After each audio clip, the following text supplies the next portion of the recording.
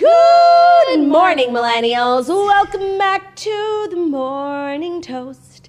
It's Friday, gotta get down on Friday. Oh my God, it's Friday. Did you know that? It's so exciting. It's so beautiful. I love You're not dressed like it's a Friday. Well, if I may. We have an unspoken rule here that Friday is like merch sweatpant day. So when you show up looking like snatched Karen from finance, it's not nice. Thank you so much for that compliment, calling me snatch. It's so nice. So if I may, can I tell you my logic? Yeah, of course. All week I dressed like it was Friday, like sweats, merch, just like really brought nothing to the show. And I've never loved you more. Okay, but this is my last show for about 10 days. Yeah. And I really didn't want the last thumbnail to be like me in a grout fit again. I wanted to leave them on a high note. And so I just felt like, and also like for myself, like when I wear sweats that many days in a row, I'm like, do my other clothes still fit me? So I just needed to like get into some real clothes. And I have a busy weekend where I'm gonna be like dressing up all weekend. And so I was like, I might as well get the ball rolling now and like put on something with a zipper. And so here I am. And also, even though this outfit like looks so fancy and fabulous, it's actually really comfortable. Sure, yeah, so is mine. It's really comfortable. I'm wearing the Toast spring?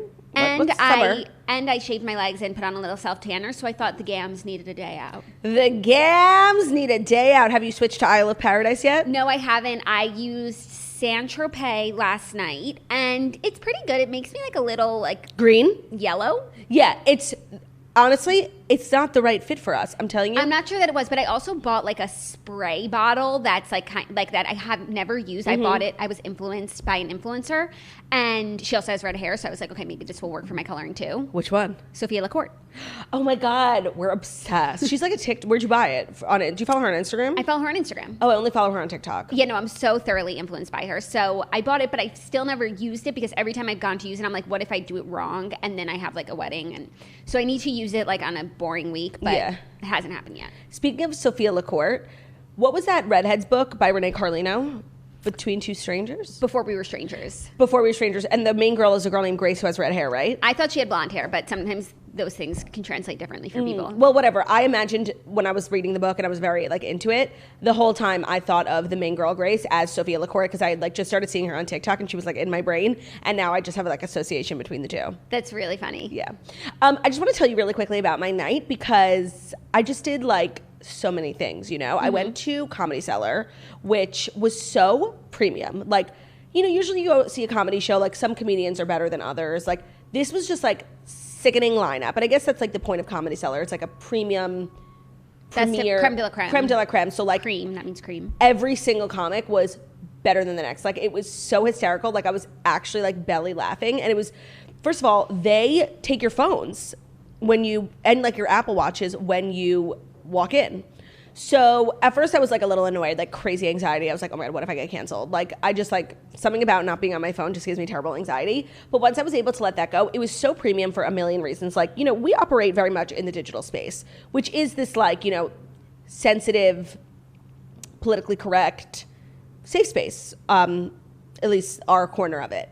And just to hear people like making crazy fucking jokes like about everything was so refreshing. I forgot that people talk that way, like because we just don't joke like that. And it was so refreshing and I was just like cackling the whole time and it was like it like refreshed my brain that like you can joke about stuff and it was so delightful and I loved the premise of no one having their phones. Like it was just really safe, like for the comics, and it was just so premium. And I can't recommend going to Comedy Cellar enough. Like, and I guess Dana goes like all the time. Okay, people gotta go a lot, and it's so premium. Like I had been a million years ago because it's by NYU, and they had like a really small club, and now they have like multiple locations. And I went to like one of the big ones with like air conditioning, and it was like so premium, and like it had like a million drinks, mozzarella sticks, like really premium. Can't recommend if you're looking for something fun to do in New York. Premium. I hadn't heard. No, I think we're thankful for your recommendation. No, I know everyone knows that. Everyone's like been knowing this. Also, a lot of times like comics will well-known like A-list comics show up there to try out new material. Like Amy Schumer is always spotted. So Dana literally waits outside Comedy Cellar every night until she can go and see Amy Schumer, and she's actually gotten to see her. Yeah, I mean, I guess the point, most people go, of course, for the show, but like hoping that a celebrity is just gonna like stop by. And I was like really hoping like Dave Chappelle or like when they took our phones, I was like, do they do this every night or is someone special coming? And Pete Davidson Davidson is like very strict about phones at his show. So I was the whole time I was waiting for Pete Davidson, who never showed up. But the show was so good, like I actually did not mind. Yeah. Premium experience. So I know everyone knows that, but I just never go downtown. Like, That's nice that you know it now. yeah, it was so fabulous. Like I want to go again. You should. And the air conditioning, like I just can't stress how high powered and voluminous it was. That's amazing. And then I like had a night on the town, and I really am proud of myself because it's a Friday and I'm not hungover. Like, You know, it's a Friday. We saw your stories last night. I was like, okay, Claudia's going out, and she's going out again, and more and more. And I was like, okay, so it's a hungover show, and I'm wearing a pussy bow. It is what it is. Yeah. But look at you. No, first of all, I got home at like 12 because Comedy Cellar was like 8 to 10, and then we had dinner and drinks from like 10 to 11:30. And it was just like a civilized adult night. Like not, I guess I'm realizing this now, like not every night has to be like blacked out till the break of dawn. It sounds like last night was the night of realizing stuff for you. It was, because I still had fun, and I was so happy to be home by 12. Like, yeah, and like to go to sleep without the spins. without the spins, and I woke up feeling completely fine. That is so, Claudia, that's beautiful. I would love to eventually get to a place where my partying and my work life can sustain each other. Yeah, there's no reason why they should constantly be in conflict. They're constantly battling one another, and it's so toxic for my mental health. Well, I'm glad that there was a détente last night, and that Sure. you can give us, détente is like peace, ceasefire, God, yeah, there was a ceasefire for sure. and that you can give us full Claudia today. Yeah, no, I'm thrilled to be alive on a Friday. It's nice. It's beautiful these Fridays. The whole weekend's ahead of you. Yeah. Beautiful stuff. I have such a busy weekend, like I said. So we're here. We got to do what we got to do. We gotta do what we gotta do. And I actually had a really busy day yesterday of like all the errands I've been putting off, like manicure, pedicure, like wax, etc. So I was just errands. Meetings. Podcast. So we're going to do what we do best, and we're going to podcast for you on this stunning, so hot Friday, even though I'm still wearing a sweatshirt. Don't ask me why. It's still cold in the studio. Yeah. Not as cold as it's been. It's as if someone here watches our show and saw us struggling. Well, if you're watching the show, we don't agree on the air conditioning thing. Please This is a perfect put the temperature. air conditioning back on. This is a perfect temperature because a little hot. you can wear shorts and then you're not needing a blanket. It's a little hot. Perfect temperature. It's just me? It's just Okay, hot. okay. You're wearing a sweatshirt. Yeah. A form-fitting sweatshirt, so that never helps. Yeah. So let's dive in, because we've got we don't have a lot to talk about because, like we said, well, we actually didn't say it. We said it before the show. There's true slim pickings. Tell us about your experience trying to choose. Today was one of those days where I went through all the sites and I was still at 0 stories. Wow. So I had to go through them all again. Then I had to go to like the reserve sites. And you know what? You are going to get some interesting world news, but I know you guys love to hear it, especially on a Friday when you're going out to embark on a weekend. You might meet new people. Maybe you guys need to talk about Jeff Bezos going to space. Maybe you need some interesting factoids about it. Maybe. Right, like maybe you're going to be at a wedding and you're going to be like, you know, a far off friend who gets seated at a table with people you don't know, you've never met, and you need something to talk about, and you'll be so grateful you listened to this random ass episode of The Toast. Right, and you're going to be like, what do you think about shark attacks? And right now that doesn't mean anything to you, but in 45 minutes you're going to have a whole new opinion on that. Yeah, and you know what? After coming from Comedy Cellar, I have this whole new vibe. Like, I'm ready to offend people, and I think the shark community is going to be my first target because I've been inspired by the brave comedians who fought for our right to joke about whatever we want to joke about, and I'm feeling all revved up. Like, I want to be like a crazy offensive comedian today. Okay, cool. That's exciting for all So of us. fuck you all and your pit bulls. No, I'm kidding. I'm joking. She can't handle it. I can't. I was 100% kidding. Like, please don't come for me. Okay, cool. Now I think, without further ado, where are you right here being perfect, it is time for the Fast 5 stories that you need to know before you wake up and take a bite out of your morning toast. Okay, first story, you know we'll hit you with some mindless celeb news. Machine Gun Kelly had a Megan Fox poster in his bedroom as a teen. Oh, that's cute. Isn't that cute? The rapper, now 31, had a poster of Fox, now 35, hanging in his bedroom as a teenager, years before the pair ended up dating. He said it was from her GQ shoot, so that's some full circle shit, as now they are very much in love and together. Yeah, I guess that's so crazy. That's kind of like how, well, they're not dating, but like Billie Eilish is like a comrade of Justin Bieber when like her whole early childhood was devoted to standing Justin Bieber. Yeah. You love to see people living out their dreams. To me, it reminds me of the story of Jason Momoa and Lisa Bonet. Mama, when he saw her on TV and he said, and he literally was pointed a to her on the young TV. child, and he said, he turned to his mom and he pointed to Lisa Lisa. on the television, was like, Mama, I'm gonna marry her. Which is kind of weird. Just how old was Lisa She was on the Cosby Show, right? Yeah, and she's older than him. Right, no, of course. So, like, I just want to know how old he was when he was fantasizing. You know, it's just, like, age is so weird, you know? Yeah, it is weird when you think of things in those terms, but it could also be cute, and in this situation, I think it's cute. If you ever heard Jason Momoa tell the story about, like, him looking at the TV, Google it. It's so funny, because all I took away from it was, mama. And if you've been listening to the show long enough, yes. you know that's a morning breath joke. You know that sent us.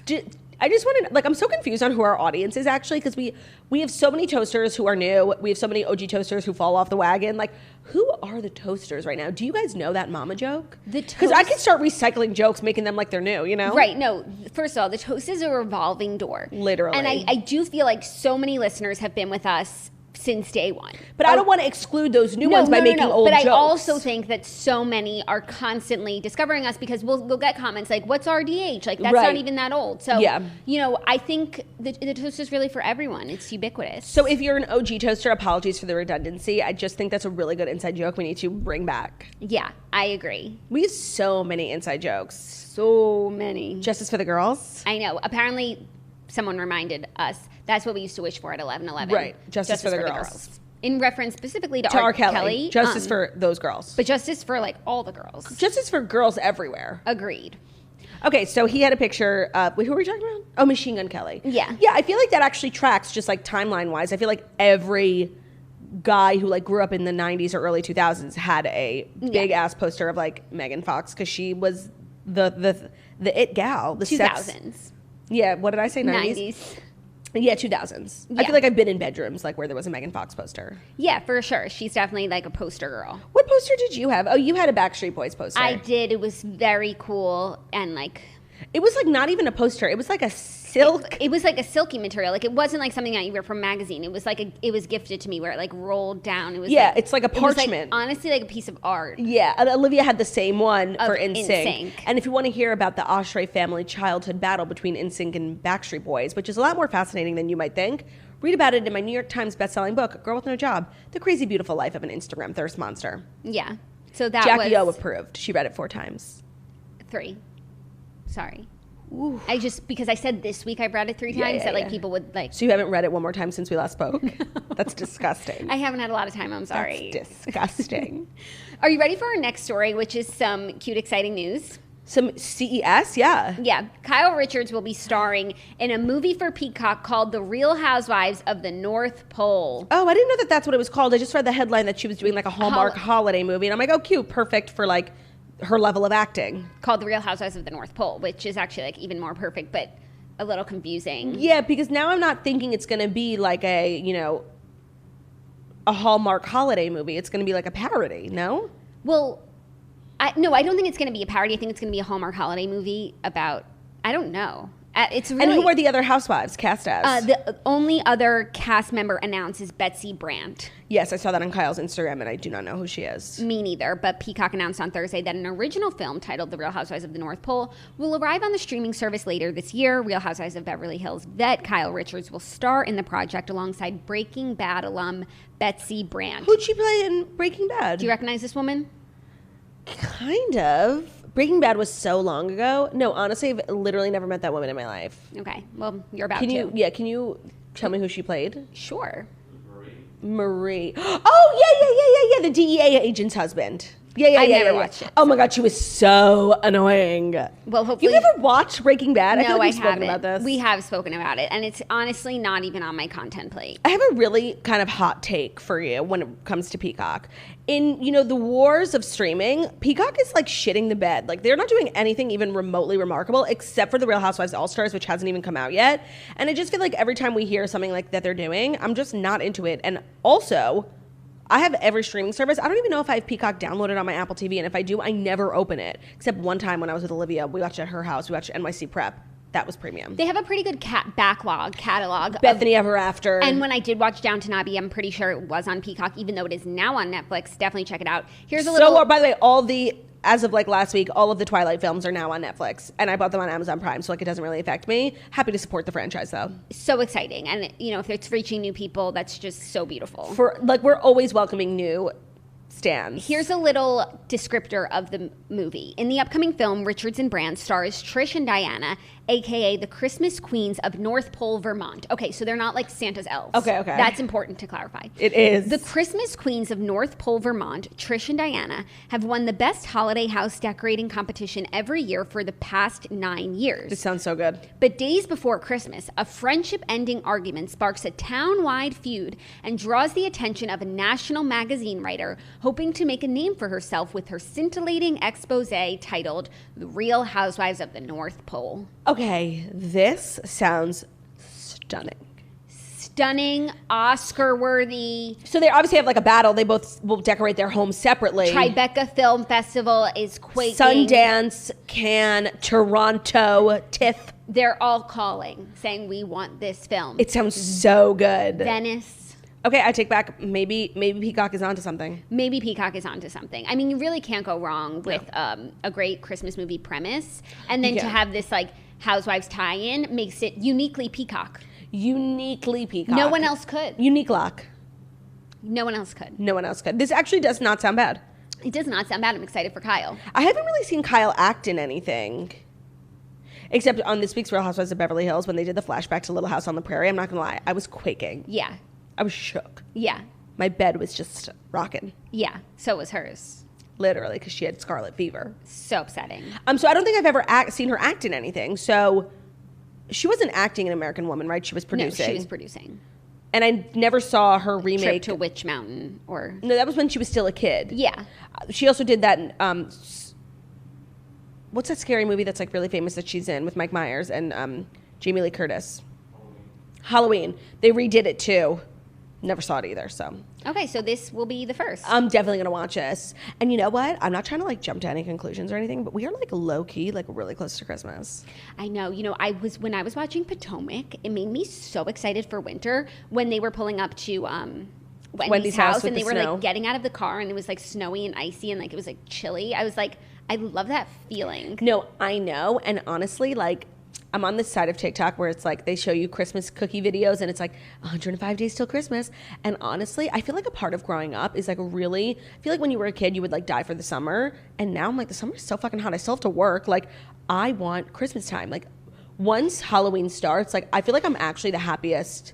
And that really harks back to what I said yesterday about me having reverse seasonal depression. Yeah. Like, the summer does not make me happy. Nice weather does not make me happy. Like, staying inside with a hot cocoa and a fire roaring and a Christmas tree, like, that really brings me joy. When we would cultivate vibes, there are no vibes cultivated in the summer. That's so funny. Yes, because literally, like, I made the decision to sit in my living room on Sunday, and I'm like, should I cultivate a vibe? Like, light some candles, dim the lights. It doesn't like, work. It's too hot to light candles. It doesn't work in the summer. It doesn't work. So I just feel like normalize standing winter.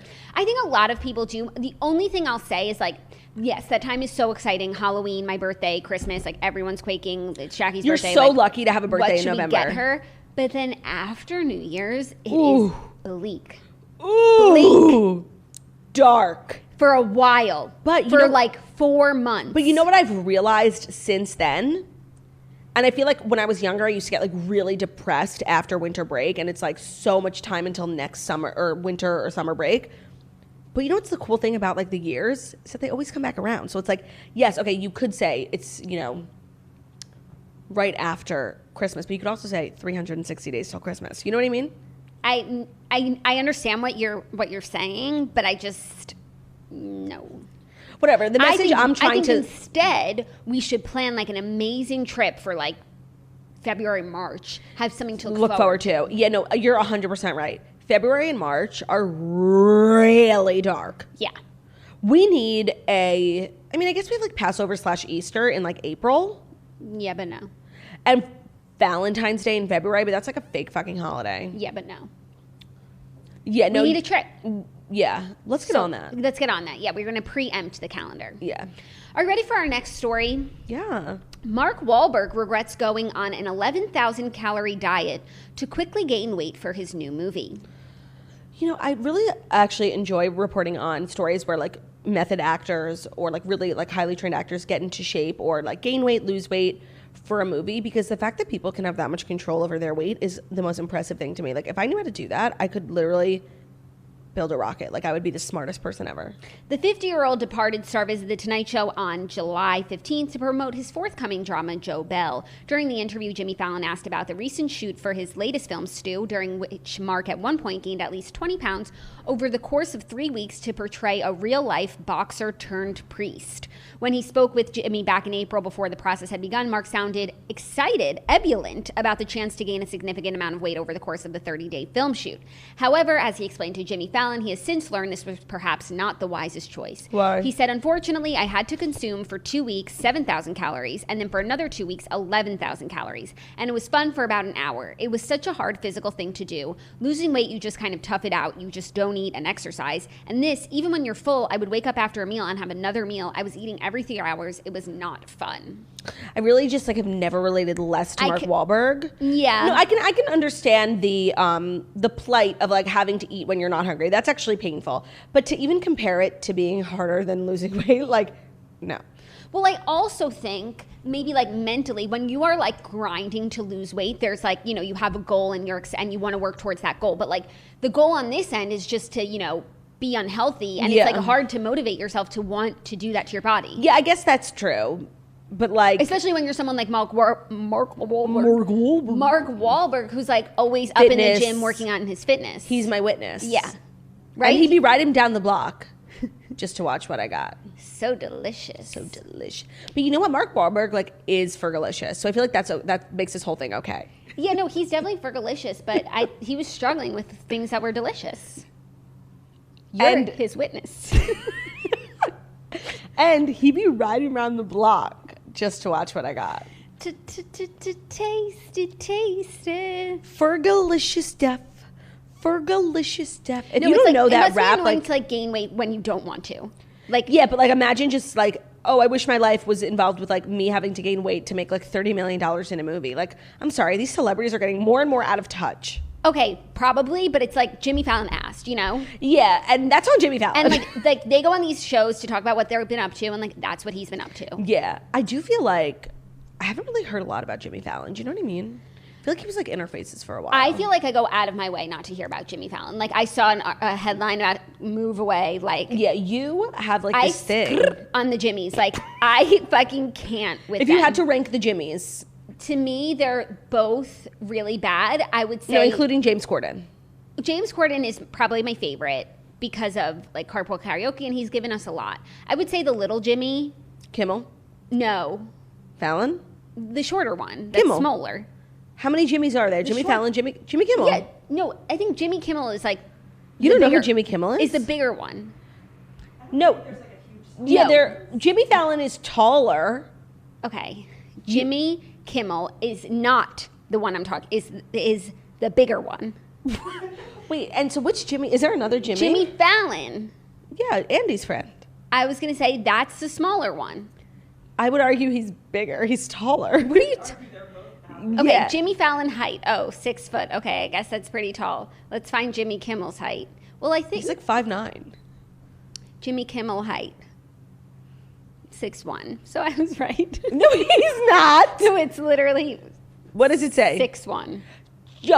Jimmy Kimmel is not 6'1". But on a different site, it says 5'11". You just can't get straight answers. Okay, whatever. So if you had to rank best to worst. Okay, I really don't like them all. I would say I like Fallon more than Kimmel. Of course. Like, if I had to say. Yeah, and you like James Corden better than both of them. Yes, but also because like, I guess James Corden is around a lot and like in your face. The Gen Z generation hates Jimmy Fallon. Like, no, fuck James Corden. Really? Yes, they despise him. Like there was so much outrage that he was on the Friends reunion. Like they just think he's so annoying. And honestly, I like him. You do like him? Yeah. I just lost all my stories. Like trying to find the Jimmys, okay? And that's why I fucking hate the Jimmys. Stories are back. Okay, good. Well, I got them. They didn't just pop back up. The boys are back. The boys are back. Probably the worst song from High School Musical. But the most Is that when they're in the junkyard? Yeah. Atrocious. And then they're like kids. The campers. Oh my God, so bad. Horrible. Anyways, in a little space news of the week, you guys know Jeff Bezos is going to space, and his flight will include the youngest and the oldest humans to go to space. I just feel like he's overcompensating for the fact that Richard Branson got there first. He's like, well, I'm going to break some world records. Like, 100%. chill. And I can understand why, like, you know, he made all these strides to go to space, and he's not even going to be, like, the first billionaire private, like, bought a ticket to go to space No, guy. now you're like a loser copier. So I understand his need to, like, one up and do something for the Guinness Book of World Records, sure. But I don't think that this is it. No, it's not even impressive, not to be rude. Like, could he bring a dog to space? Love that idea. You know? Also, like, he's just giving me, like, major Luann de Lesseps, like, early Real Housewives of New York vibes, like, constantly one-upping, like, her fancy friends. This is just, like, I feel like he should just take the loss, you know? Like, him overcompensating for getting there second with these losery attempts, it's kind of making the whole thing more losery. And it's like, if you really want to go to space, like, that should be enough for you. Like, do it for yourself, Jeff. Dianu. Don't do it for other people. So true. Like, if that doesn't fulfill you going to space on its own, whether you're first, second, third, but by the way, you're second, don't think that you're first. Don't get it twisted. Then, like, really, what's the point of how much money you spend and all of this? No, you're so right. That's actually one of the key takeaways from my best-selling book, Girl with No Job, The Crazy Beautiful Life of an Instagram Thirst Monster. It's like doing things for yourself, not for, like, the perception of others. And I feel like that's something Jeff Bezos could actually really use from my book. Yeah, and he could get it on Amazon really easily. Prime comes in a day. Yeah, I'm sure. Or for the him, Kindle is automatic I'm sure for download. him, like, in a minute. Yeah, he could download it on his Kindle on his way to space.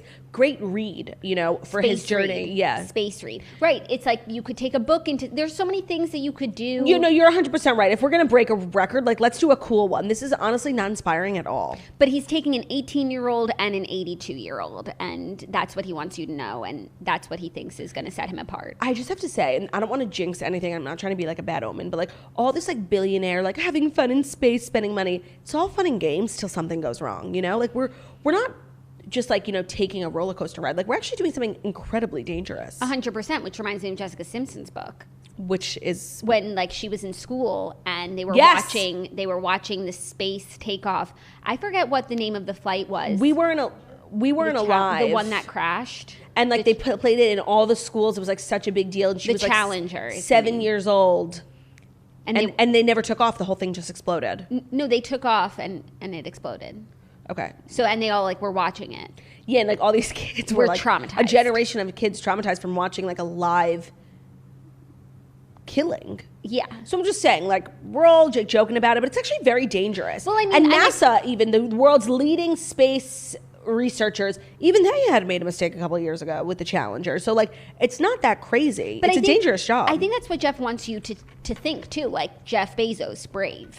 I'm not gonna lie. When I think of Jeff Bezos, a lot of adjectives come up, and brave is not on that list. I think of smart, greedy, bald. Like I think of a lot of things. Brave? No. I think of newspaper in the morning. That's what I think of. I think of I want to get drunk with you. Not too drunk, just a little tipsy. Yeah. That's what I think of. Sick. And I want to read the newspaper with you. So sick. That's really what I think of, honestly. I hope he brings a newspaper to space. To be honest, I really don't think Jeff Bezos has ever fully recovered reputation-wise from his scandal where his text messages were released. Here's what's crazy. I think that he has recovered reputation-wise 100%. Like nobody even references it anymore. Like I do. He's still with her, even though it's like the brother who leaked the messages.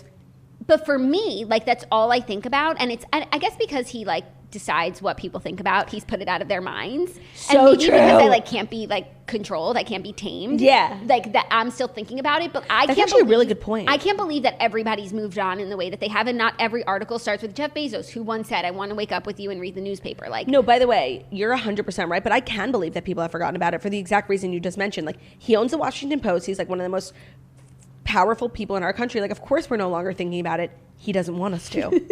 He put a chip in us. Like, you're 100% right. So that's my thoughts. But we're at the Morning Toast. We're here to remind you, like, those things happen. You know what? You know what I think I'll do today? I think I'll repost those text messages on our Never Instagram. forget. Hashtag never forget. And probably my favorite time to ever be alive was when his text messages came out and there was like a challenge in the toaster community when girls were sending word for word what he was like, these creepy kind of like lame but attempts also, at romance. Yeah, romantic. Text messages to their like fiancés or girlfriends or husbands. And the responses were so funny. That was like my favorite time to be alive. Yeah. And now I have nothing to live for because everyone's forgotten. Everyone's forgotten, but not us. You can't run away from it, Jeff. Like, you can go to space, but we'll never forget. Just like who did you say? You said Jason Momoa was Zoe. No, remember when you said that Jason Momoa that Zoe Kravitz is Jason Momoa's stepdaughter. Yeah. Daughter. What's wrong with me? Yeah, remember when you said that? And like now it's like I don't know where I was going with this. Maybe just move on. Okay, I'll move on until you can get your footing back. It's not going to happen, so. Are you ready for our fifth and final story? Only if it's the final story. Do-do-do-do-do.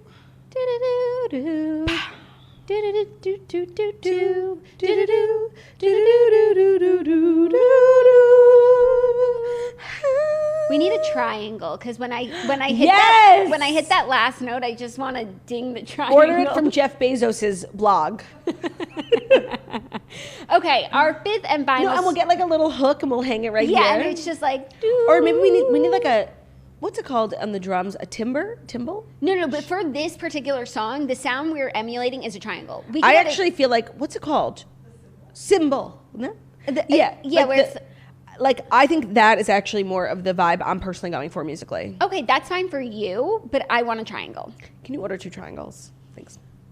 That's exciting, you guys. The toast is moving on up. We're becoming a musical show. We always were. Yeah. But we used to be a cappella, and now we're going to have instruments. Yeah, we're going acoustic. Are you ready? My legs are hairy. I really need to use my Athena Club razor. Are you ready for our fifth and final story? Can you guys see it? It's like no, really they can't thick. because my legs have been so hairy all week. This is actually like month. chutzpah level. No, they can't see it. I've already conducted this experiment on the show. Can you see it? My hair from your purview? No. Okay. No, I don't think so. Are you ready for our fifth and final story? Because it's so controversial. Shark advocates are calling for a rebranding of violent attacks as interactions. So they want them to be called, instead of shark attacks, they want them to be called shark interactions. Marine experts and advocates in Australia are urging the public to refrain from using the word attack in reference to sharks, declaring that the majestic predatory fish has been unfairly stigmatized as a deliberate killer. Instead, officials have suggested that violent run-ins with sharks be dubbed with more neutral words, such as interactions. Others have suggested swapping the word with the terms negative encounter, incident, or simply bites. The University of Sydney language researcher Christopher Pepin-Neff said shark attack is a lie. He argued that a majority of what people call attacks are merely nips and minor injuries from smaller sharks. Like, honestly, stories like this make me not want to, like, live in this world anymore. Like, for real? Like, are you fucking serious? Like, you're worried about the shark's feelings? Like, no offense, sharks doesn't watch the news. No, and like, no offense, like sharks don't have feelings and they don't really care about like your... Sharks don't speak English, okay? Sharks don't speak English. Totally. And like, I just can't believe that there are like actually really smart people who have dedicated their entire lives to like... to academia and this is what they came up with. Like, no wonder we haven't cured cancer yet. Everyone's focused on the dumbest shit of all time, like the linguistics of sharkhood. Like, I honestly can't. And... it's really upsetting. Like, I know we're joking, but like, it's really upsetting. No, do you know what I'm saying? Yes, like, this is really upsetting because it's this like, is where we've gotten to as a society, minutia of how we refer to shark attacks. And I'm sorry, we don't attack sharks; they attack us. It's an attack. It's an attack. So I'm just like disgusted. Like, I really am, especially coming off of being at Comedy Cellar last night, where like everyone was saying the craziest shit, and I'm like, really? And now I'm back in the real world, like where it's like shark interaction. It's a shark interaction. Literally, like, how did we get here? Like, I don't know. It's so upsetting. And it also, like, you worry about, okay, say, you know what, shark enthusiasts, go ahead. Like, then what's next? No, of course. It's not about the sharks, even though it kind of is. Like, it's just about the precedent. It's not about the sharks. Honestly, it's about the people. Because the sharks don't care. No, and it's like, if only the sharks knew that, like, there were these losers advocating on sharks their would bite them. Literally.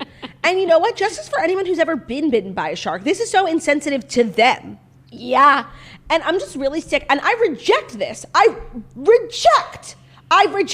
No. Shark attack, attack, attack, attack, attack. Attack, attack, attack, attack, attack. Shark attack, shark attack, shark attack. Shark attack, shark attack. What are you going to do? What are you going to do? Shark attack, shark attack, shark attack. What was that? Oh, it was a shark attack. What are you gonna do about that, huh? Professor? Christopher? What are you gonna do? Attack. Attack, attack, attack, attack, attack. Shark attack, shark attack, shark attack. Christopher? Shark attack. You're reminding me of that shark from Finding Nemo. Which one? You know the one. Fish are friends, not food. Yeah. And I feel like, honestly, that movie was actually detrimental and was one of the reasons that got us here. It's like, look, the shark is nice. It's not based on a real story. No shark ever said fish are friend, not food, because they eat fish. Because they don't speak English. That as well. So I Yeah. just feel like it's kind of been this like subliminal messaging, teaching our kids. Of like normalizing sharks. And it's like, they are a deadly predator. No Ellen animated feature film is going to change that. Right. Shark attack, shark attack. And honestly, like, you can't negotiate with a shark. No, you can't, and I wouldn't suggest it. And also, and I just really can't stress this enough, as you said so poignantly, sharks don't speak English. Also, like, when I said, like, what comes next, I'll tell you what it would be. They would make them change the name of Shark Tank. No doubt. They would make them change the name because it's offensive to sharks. I'm surprised we haven't gotten there yet in this twisted society. No, but if this goes through, that's what's next. It's not going to go through. You want to know why? Because we reject it. Yeah. Shark attack, shark attack, shark attack. Attack. We need Kevin O'Leary back on the show just to discuss this. 100%. So anyways, if you do find yourself like at a dinner party or a wedding this weekend, like I do feel like this is a good topic of conversation. You can get to know a lot about someone based on what their opinion is on the story. 100%. And honestly, if you just feel like starting shit at like a family barbecue, just stand up and say, shark attack, shark attack, shark attack. Yeah.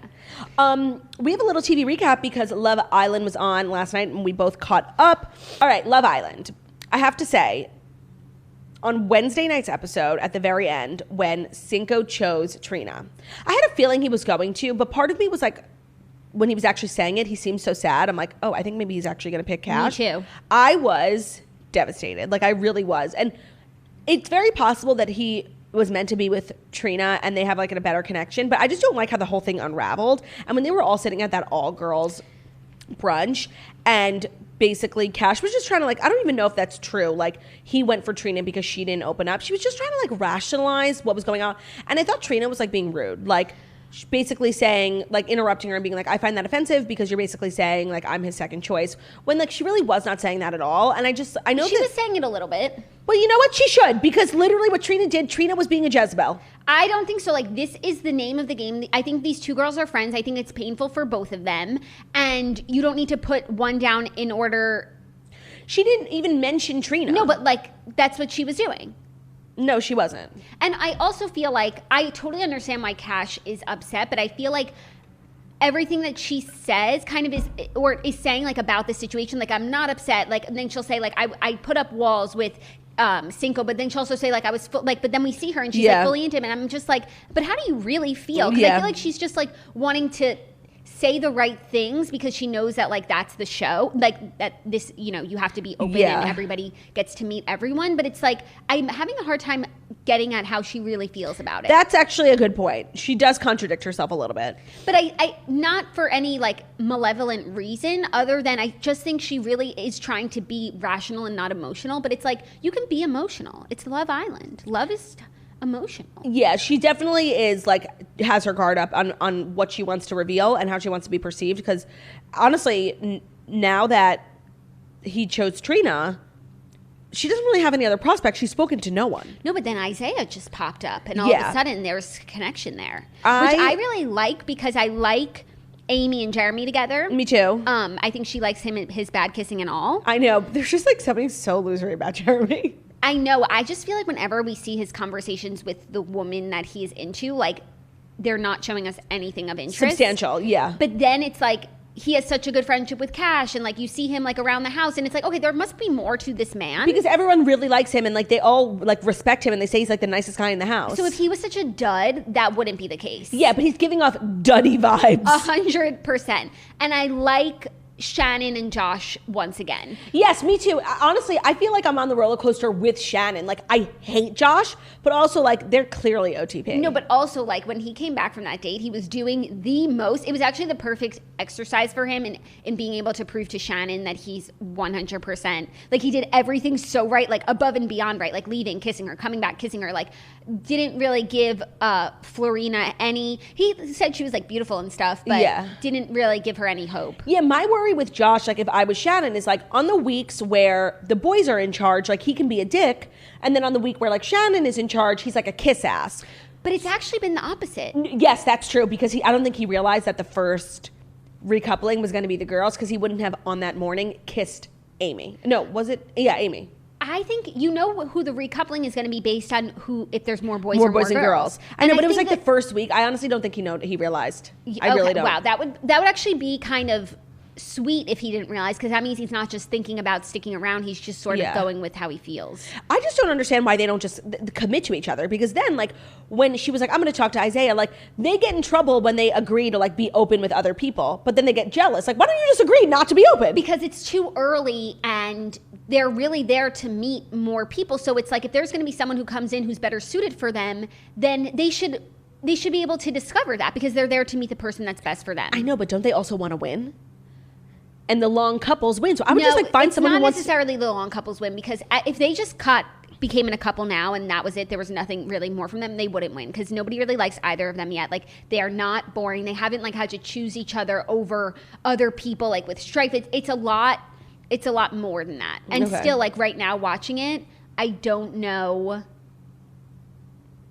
which couple is even a front runner for winning. Well, they're all so messy. Like, I feel like Will and Kira, but they are boring, you're right. And I, like, don't like them. I, like, hate them both. No, I just think something is gonna happen. She's a lot, like, and he appears to be into, like, her overwhelming kind of smothering nature, but that does get old in a house for weeks, you know? And, like, what if someone comes in who catches his eye and his mind? Like, just right now he hasn't met anyone who he likes more than Kira, so that makes it really easy.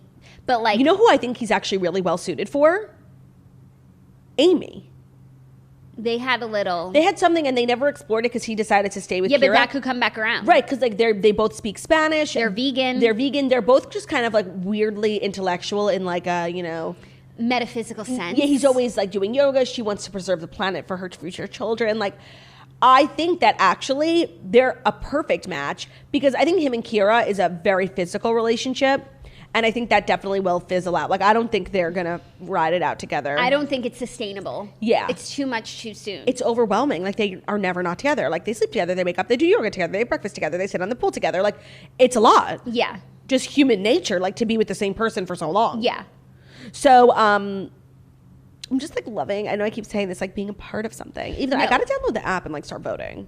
Because, like, all three girls going on a date with Corey was twisted. It didn't make sense because they all said who they wanted to go on a date with. They all came in the first episode, and when did people vote? Because we were watching the episode when we met them, and then later. No, at the end of we got introduced to them, and then they said, and it said go vote at the end of, like, an episode from the end of last week. Okay, but I really like Corey and Florina. Me too, of course. And I think that actually, if they can, like, that's a couple where it's like, okay, we see what they have in common. They've explored other people. And if they got together and then continue to build, like, that's a couple that could win. Yeah. No, I think they're a good couple too. And of course I was happy for Corey because he's, like, had literally nothing going on. Nothing. But all three girls getting the date, like, made no sense. And it wasn't even a date. It was literally them sitting in the corner of the house. I thought they were going to leave. No, it was really silly. But then they got their actual dates, which sucks for Corey because they were like, I'm not taking Corey on a romantic date because we've already spent time with him. And so they took people that they just wanted to talk to that they hadn't gotten a chance to yet. Yeah. The house is so nice. Like, sick. Every time they pan, I'm like, I would love to go on vacation here. Like, it's so bright and colorful. The slide looks very dangerous. No, they do, all the houses, like, they do a really good job with the neon signs and, like, the bright colors. The big heart. Also, the females, like, just looks and glam and outfits are just so on point. You want to know why? Because I think they spend most of their days, like, sitting in that makeup room because they really don't swim that much or, like, do anything. They, like, work out in the morning and then they, like, gossip. And they always gossip in the room. So if that was me, I'd be sitting in the air conditioning, flat ironing my hair the entire day. No, it really is like camp. I think in the morning they do the workouts, and I do think that they swim, but they probably can't wear their mics while they're swimming, so there's nothing that interesting. And then I think it's like shower hour, and then they all Let's talk about shower They hour. all step out and they do their like slow-mo, and like they each get a glass of wine, and it's just like must be the most fun camp. I agree as well, but let's talk about shower hour. Do the boys and girls have separate showers? Because it always looks like they're in the same room, not at the same time. I think that they do because it's CBS. And Yeah. the house is huge. Yeah, so I think why they do. would there be one bathroom? But they probably just are the same exact layout, because I always Yeah. see them like in the same shower as the boys. But then it's also multiple heads in the shower, but They're no just- doors. Right. So they're just, looking at each other. Something that happened a few weeks ago, like maybe at the beginning of this week when Cinco was like starting to have feelings for Trina again. He was talking to the guys and they were in the shower and he was not in the shower, and he opened the door and stuck his head in to talk to them. There was two guys in the shower. So he was just like looking at two penises being like, I don't know what to do. Like Cash is like, I'm having second thoughts or whatever. And I'm like, did you just stick your head into the shower? Yes, he did. And if I had to guess, I would say would be because maybe he thought the audio wouldn't get picked up. Oh, yeah. You And know? they do not let go of those microphones. They sleep with them. Like, I know. Oh, and I didn't really understand why every time they wake up they put on sunglasses. It's because they're under production lighting when they've just been asleep. Yeah. No, the room gets so bright. From being pitch black. Yeah. Awful. Yeah. I think the only thing I couldn't envision myself being a part of is the sleeping arrangements. Like of having course, to being sleep in with- bathing suits, yeah. But having to sleep with a stranger, and not only that, in a room with 15 other people, it's actually very unsettling. Like, what if you fart? Like, you know what I mean? Yeah, I'm sure there's a lot of farting. Yeah. Like, I haven't slept with a stranger since I was, like, in college. Well, camp. Yeah, I guess, but, like, in camp, you're only with girls, and, like, you're all just, like, yeah, farting, and, like, you're shaving your legs. Like, you're, like, Yeah. all, like, gross together. But, like, with boys, like, you wouldn't do that. Yeah. That's the part that, like, I felt that way about Too Hot to Handle.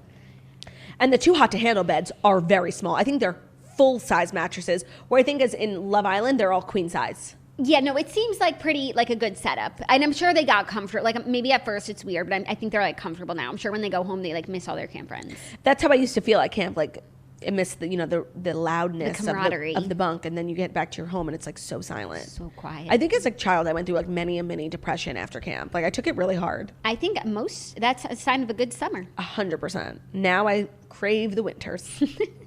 And that is our show. That is our show. So for next week, let's talk about it. I have lined up a couple guests. A couple premium guests I'm really excited to watch. The schedule is not set yet. So I will be posting at some point over the weekend the entire schedule for next week. I'm really hoping to do Monday, Tuesday, Wednesday in studio with fabulous co-hosts. And then you and I can catch up Thursday, Friday with some podcast only, transcontinental content. So stay tuned. I will keep you abreast, but I'm just working on some last minute logistics. I've got 2 out of 3 of the co-hosts booked, looking to host 1 more, but I'll keep you abreast as always. But we'll be in studio on Monday, so just stay with us. Yeah, I'm so excited to watch. I'm excited for my trip. I'm going to miss you guys, but I'm really excited. I'm excited to get away. You know, I always come back with a whole new energy, joie de vivre, stories Wisdom. to tell. And I think that I need that. You know, it's like in this heat of July, and like it's time for me to go. And it's time for us to go into our weekends and for you to go back to work or to start drinking. I don't know. Thank you guys so much for listening to The Morning Toast, the Millennial Morning Show, where we deliver the fast 5 stories that you need to know before you wake up Monday through Friday. Before you wake up and take a bite out of it. No. Before you... This is what the problem we had yesterday. Thank you so much for listening to The Morning Toast, the Millennial Morning Show, where we deliver the fast 5 stories every Monday through Friday on YouTube. So if you're watching this on YouTube, please feel free to subscribe and give this video a thumbs up. We're also available as a podcast anywhere podcasts can be found. So at Spotify, iTunes, Stitcher, Public Radio, iHeartRadio, CastBox, all the places. So wherever you listen to podcasts, find us The Morning Toast, leave a 5-star review about how beautiful, stunning, and smart we are. Now that we know that a lot of people still listen because all of you guys left the matcha emoji today. I think shark emoji today. Oh, for sure. Shark emoji on our Instagram. This is like a secret little society. I'm so excited. Thank you. I can't believe how many people commented on our Instagram. It was so fun to watch. Love you guys. We have to wrap it up so people don't think there's something happening. Love you guys. Have a great day. Shark. We'll see you on Monday. Shark Enjoy your emoji. weekend. Bye. Shark attack. Bye.